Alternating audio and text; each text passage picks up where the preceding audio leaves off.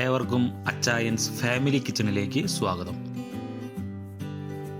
ഇന്ന് നമുക്ക് വളരെ ടേസ്റ്റിയും സ്പൈസിയുമായിട്ടുള്ള ഒരു ബീഫ് ഫ്രൈ വെക്കുന്നത് എങ്ങനെയാണെന്ന് നോക്കാം. ഇത് വളരെ എളുപ്പമുള്ളൊരു റെസിപ്പിയാണ്, യാതൊരു ബുദ്ധിമുട്ടൊന്നുമില്ല. വളരെ എളുപ്പത്തിൽ തന്നെ നമുക്ക് ആർക്ക് വേണമെങ്കിലും തയ്യാറാക്കാവുന്ന ഒരു റെസിപ്പിയാണ്.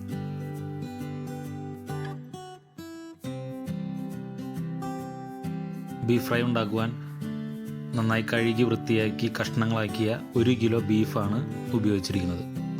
അല്പം നെയ്യുള്ള ബീഫാണിത്. ബീഫ് ഫ്രൈ ഉണ്ടാക്കുന്നതിന് നെയ്യുള്ള ബീഫ് യൂസ് ചെയ്ത് കഴിഞ്ഞാൽ വളരെ സ്വാദാണ്. ആദ്യം നമുക്കിതിനെ മാരിനേറ്റ് ചെയ്ത് വയ്ക്കണം. മാരിനേറ്റ് ചെയ്യാൻ വേണ്ടി അല്പം മഞ്ഞൾപ്പൊടി, 2 ടേബിൾ സ്പൂൺ മുളക് പൊടി, 2 ടേബിൾ സ്പൂൺ മല്ലിപ്പൊടി,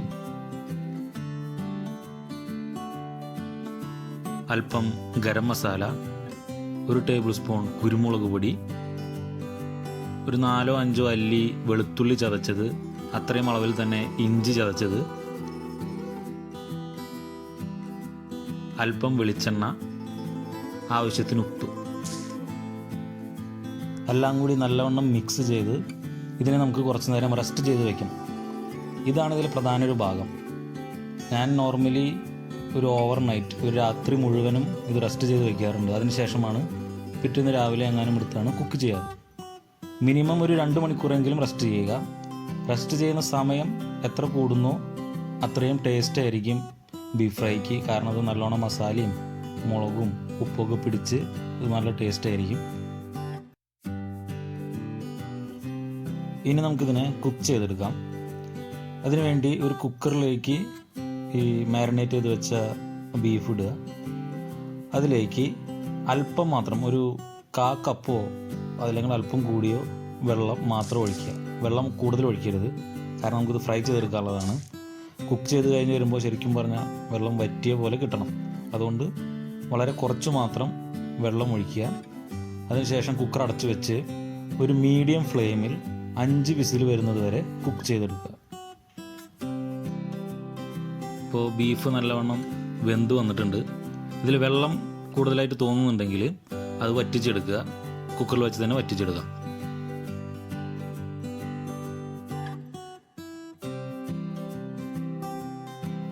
ഇനി നമുക്കിതിനെ ഫ്രൈ ചെയ്തെടുക്കാം.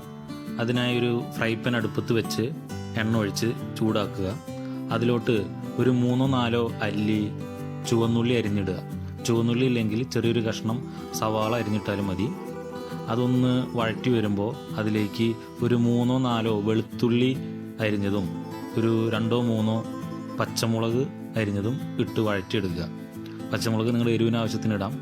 ബീഫ് ഫ്രൈ ശരിക്കും പറഞ്ഞാൽ നല്ല എരിവോടുകൂടി ഉണ്ടാക്കുന്നതാണ് ഏറ്റവും സ്വാദ്. അപ്പോൾ നിങ്ങളുടെ എരിവിനനുസരിച്ച് നിങ്ങൾക്ക് പച്ചമുളക് അഡ്ജസ്റ്റ് ചെയ്യാം.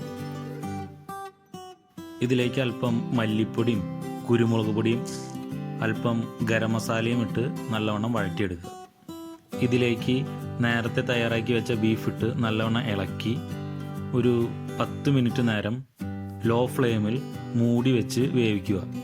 നല്ലവണ്ണം എണ്ണ തെളിഞ്ഞു വരുന്നത് വരെ വേവിച്ചെടുക്കുക.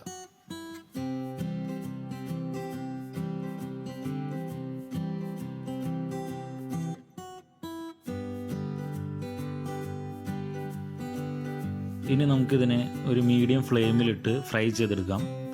ഒരു ഡാർക്ക് ബ്രൗൺ ആവുന്നത് വരെ നല്ലവണ്ണം ഇളക്കിക്കൊണ്ടിരിക്കുക. അടി പിടിക്കരുത്. ഒരു ഡാർക്ക് ബ്രൗണായി എണ്ണ ഒരുവിധം വറ്റി വരുന്നത് വരെ ഇളക്കിക്കൊണ്ടിരിക്കുക. അതിനുശേഷം നമുക്ക് ഫ്ലെയിം ഓഫ് ചെയ്യാവുന്നതാണ്.